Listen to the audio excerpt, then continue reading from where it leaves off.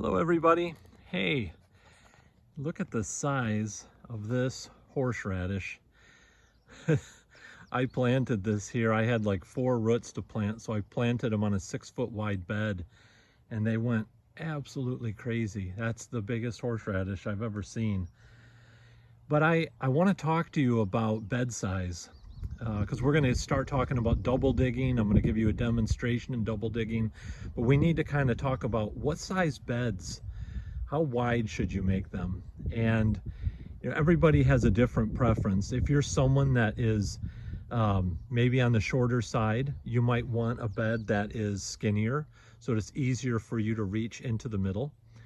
I know a lot of people that have 4-foot wide beds and 5. The beds that we often use here are 6 foot. Some of my children kind of squeal about that. I'm quite tall, and I tell them that, if they want to, the little people, if they want to lean on them a bit, they don't weigh much, they're not going to hurt anything. But I like a wider bed. It gives me more growing space and less paths. I put 1-foot paths between each bed. And the determination of whether or not you want to use a wider bed, it will really be up to you.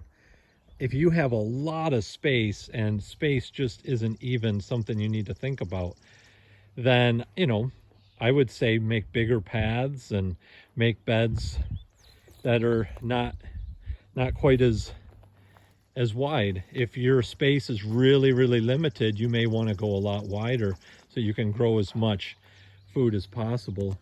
Right behind the horseradish is this rhubarb. This rhubarb is just enormous.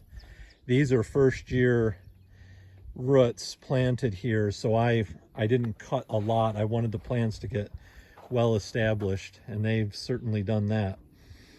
So just think about how comfortable you are reaching in to weed, and just the amount of space and stuff that you have. I do know this: if the wider your beds are, the more of a microclimate that you're creating. When I was talking about in one of the former videos, the good air exchange between the soil and the plants, the wider your bed that you have, the better that oxygen rich and carbon dioxide rich air exchange is going to be.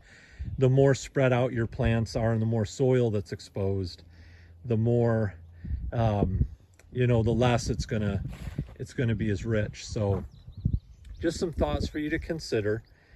But I'm gonna set up now to probably demonstrate how we do the double digging, and I just wanted you to maybe think through how wide that you'd really want to do your garden beds.